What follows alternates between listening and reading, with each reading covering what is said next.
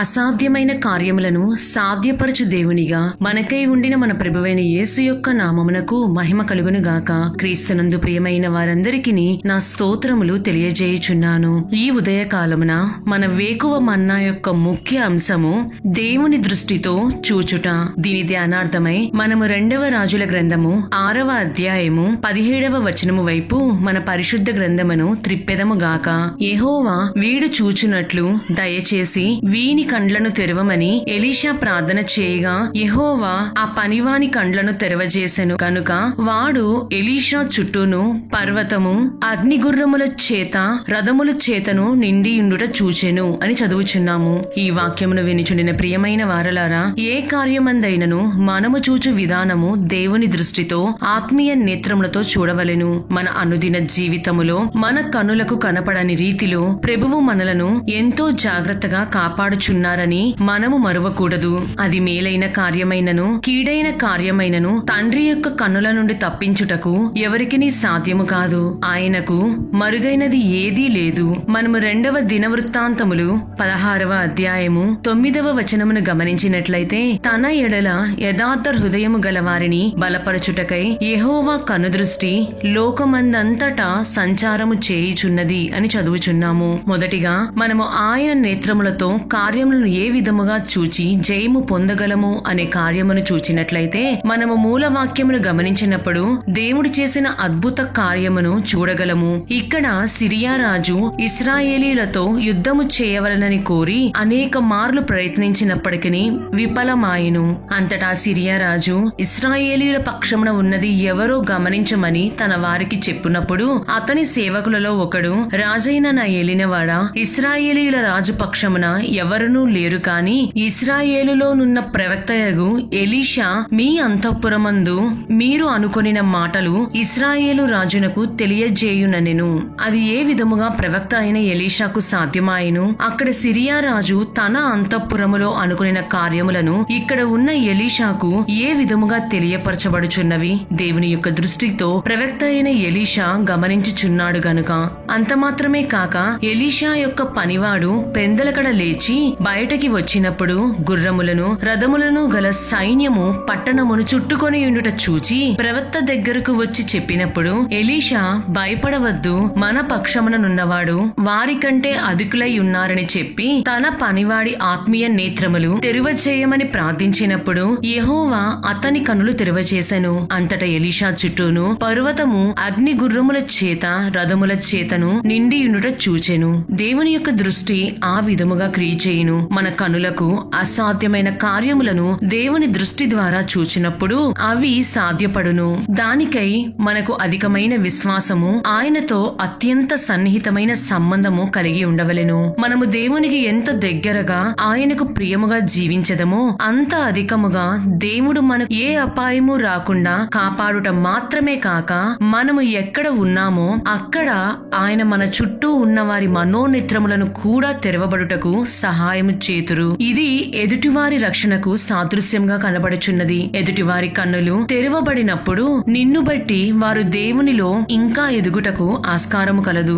దైవ దర్శనమును మన జీవితములో కోల్పోకూడదు. అటువంటి దైవ దర్శనము బట్టియే ప్రవక్త అయిన ఎలీషా తన ఇశ్రాయేలీయుల జనాంగమును కాపాడుకొనుట మాత్రమే కాక తన పట్టణమును ముట్టడి వేసి నాశనము చేయవలనని వచ్చిన సిరియా దండును సమృద్ధిగా భోజనము పెట్టించి వారిని ఆదరించి పంపినందున తిరిగి ఆనాటి నుండి సిరియనుల దండు ఇశ్రాయేలు దేశములోనికి వచ్చుట మానెను. ఎంత గొప్ప కార్యమై ఉన్నది! దేవుని యొక్క దర్శనము కలిగిన వారు ఈ గుణమును కూడా కలిగి ఉండవలెను. కొన్నిసార్లు కొందరిని గూర్చి దేవుడు బయలుపరచుటయో లేదా వారిని నీ ఆధీనములోనికి తెచ్చినప్పుడు కొంతమంది వారి యొక్క బలహీనతలను బట్టి, నీవు నాకు ఆనాడు ఆ విధముగా చేసి ఉన్నావే, ఇప్పుడు నాది సమయము అనుకొని కుయుక్తితో వ్యవహరించెదరు. మనము ఆ విధముగా చేసినట్లయితే దేవుడు మనకు జయమును అనుగ్రహించరు. దేవుడు అనేకులను రక్షించుటకు గాను మన చుట్టూ ఉన్న వారి మనోనేత్రములను తెరవజేయుటకై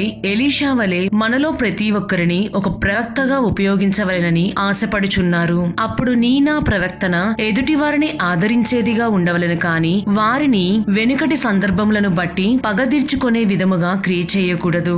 వారిని ఆదరించినప్పుడు మనకు అసాధ్యమైన కార్యములను సమస్యలను సాధ్యముగా మార్చుటకు మన ప్రభువు సమర్థుడై ఉన్నారు. ప్రియమైన దేవుని బిడ్డ, ఒకవేళ నేడు నీవు నీ జీవితములో ఆ ప్రవక్త యొక్క పనివాని కనుల వలె నీ ఆత్మీయ దృష్టి మూయబడి కేవలము నీ ముందర ఉన్న సమస్యలనే చూచుచు నీ జీవితము ఇంకా అట్టడుగునకు వెళ్లిపోయినదని తలంచుచున్నావా? ఆ పనివాడు ప్రవక్త అయిన ఎలీషా యొద్దకు వచ్చినట్లు నీ ఆత్మీయ నేత్రములు తెరవబడి దేవుని దృష్టితో నీకున్న సమస్యలను చూచుటకై ప్రభువు చెంతకు చేరుము. ప్రవక్త అయిన ఎలీషా ఏ విధముగా తండ్రి అయిన యెహోవాకు మొరపెట్టెనో అదే విధముగా మన ప్రభువు మన కొరకై మొరపెట్టుదురు. అప్పుడు మాత్రమే నీవు నీ ముందర ఉన్న అసాధ్యమైన కార్యములను జయించగలుగుదువు. ఎలీషా ఏ విధముగా తన పనివానితో మన పక్షమున ఉన్నవారు వారికంటే అధికులై ఉన్నారని చెప్పి ఉన్నాడో అదే విధముగా ప్రభువు మనతో మీలో ఉన్నవాడు లోకములో ఉన్నవాని కంటే గొప్పవాడు గనుక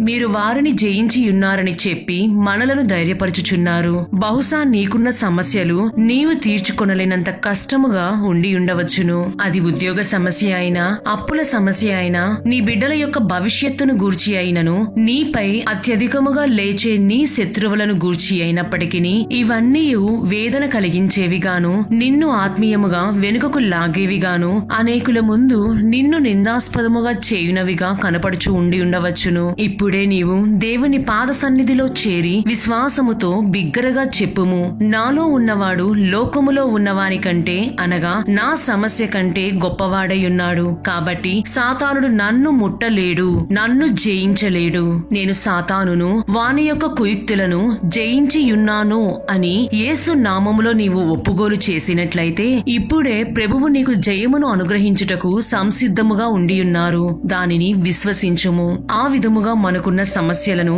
దేవుని యొక్క దృష్టితో చూచి మనకియ్యబడిన సర్వాంగ కవచములను ధరించి జయము మీద జయమును పొందుటకు ఆ ప్రభువే సహాయము చేయుదురుగాక.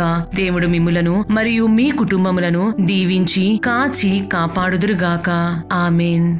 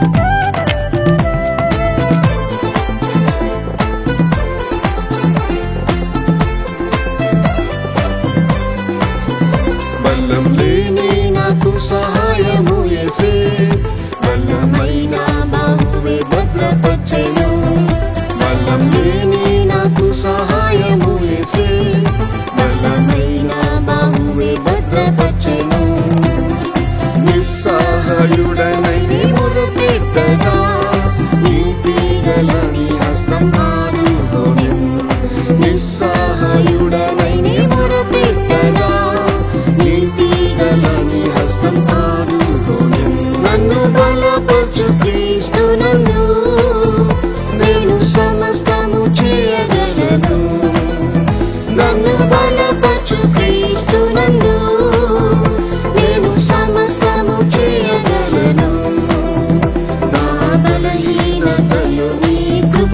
చాలును.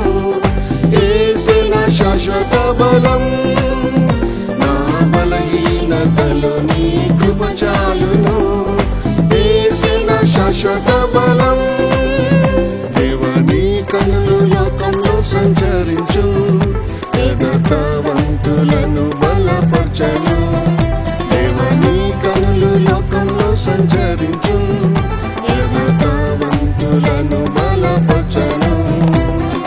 మరణ వ్యాధులతో క్షీణించగా దయతో స్వస్థత సౌఖ్యములు ఇచ్చెను. మరణ వ్యాధులతో క్షీణించగా దయతో స్వస్థత సౌఖ్యములు ఇచ్చెను.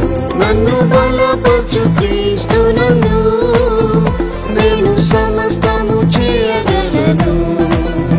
నన్ను బలపరచు క్రీస్తునందు నేను సమస్తము చేయగలను. నా బలహీనతలో నీ కృప చాలును. యేసే నా శాశ్వత బలం, నా బలహీనతలో నీ కృప చాలును. యేసే నా శాశ్వత బలం.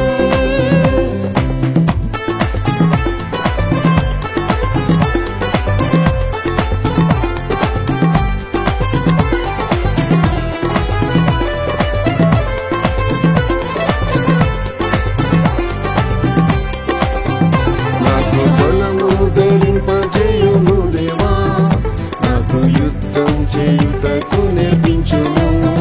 నాకు బలము ధరింపజేయుము దేవా, నాకు యుద్ధం చేయుటకు నేర్పించుము. నా కాళ్ళు చింత కలుగ చేయుము, నడువా చేయుము ఉన్నత స్థలములో. నా కాళ్ళు చింత కలుగ చేయుము, నడువా చేయుము ఉన్నత స్థలములో.